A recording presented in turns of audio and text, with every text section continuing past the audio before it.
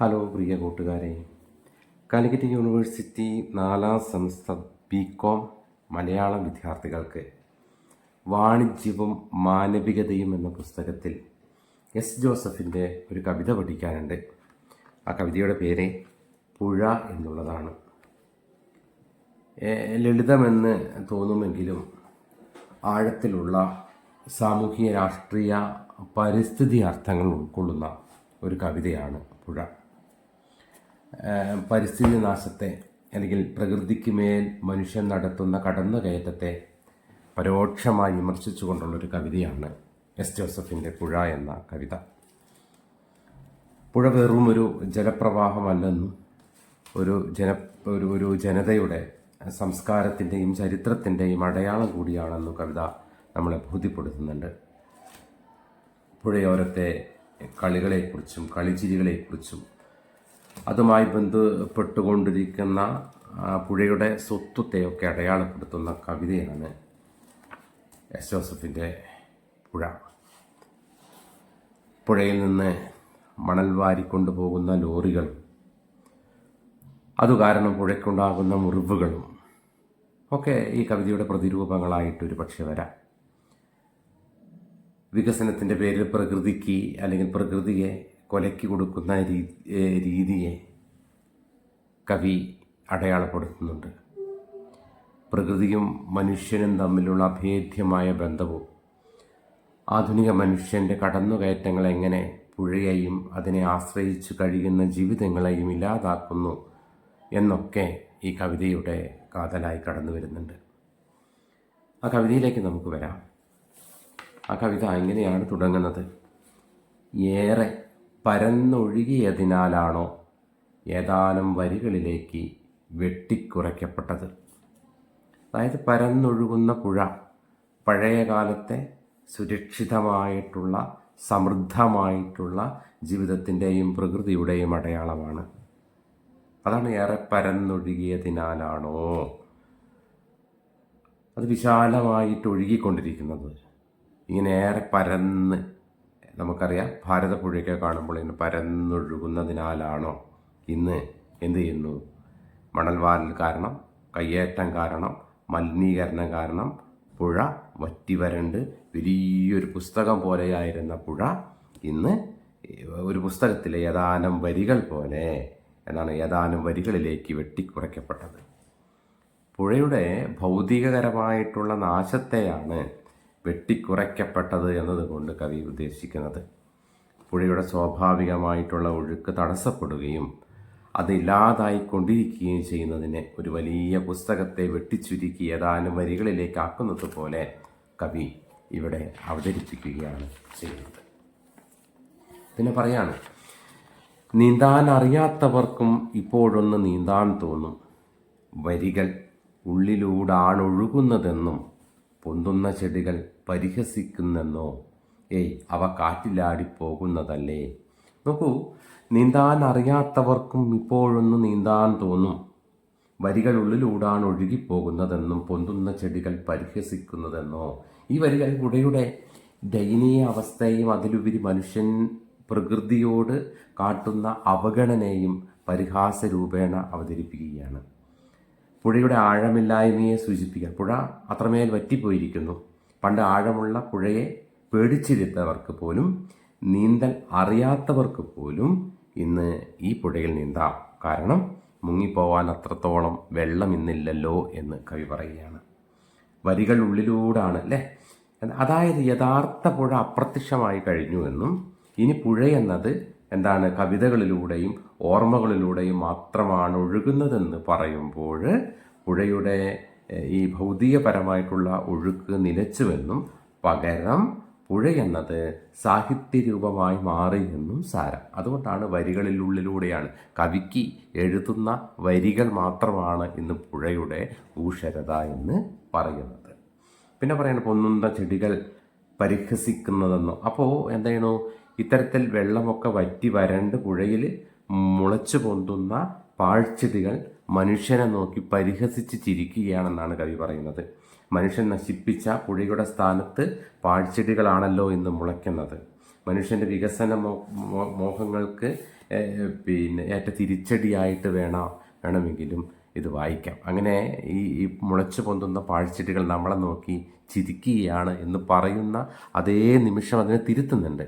ഏയ് അങ്ങനെയല്ല, അവ കാറ്റിലാടി പോകുന്നതല്ലോ, വെള്ളം മാറി മണലു തെളിഞ്ഞതിനാൽ ഒളിച്ചു വെച്ചതെല്ലാം നേരിട്ടു കാണിച്ചു തന്നു എന്നോ പുഴയെ തിരിച്ചിട്ടു എന്നോ പറയാം.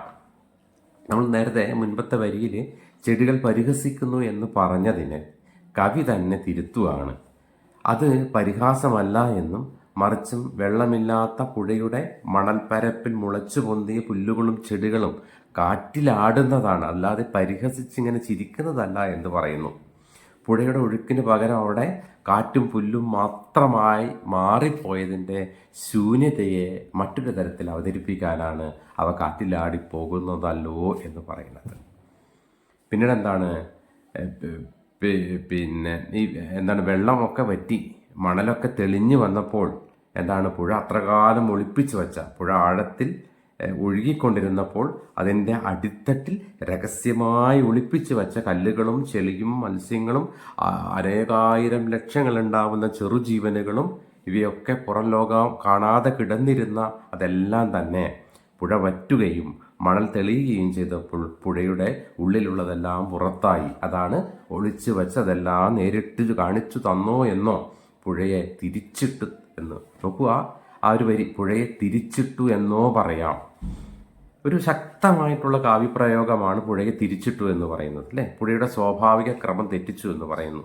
മേൽമണ്ണ് പോയി അടിയിലെ മണ്ണ് പുറത്തായി എന്നും ഇവിടെ പറയുന്നു. നമ്മളൊരു ജീവിയെ പിടിച്ച് തിരിച്ചിട്ടാൽ അല്ലെങ്കിൽ മറിച്ചിട്ടാൽ അത് കുറച്ച് നേരം തല്ലിപ്പടിച്ചിട്ട് ചത്തുപോകും.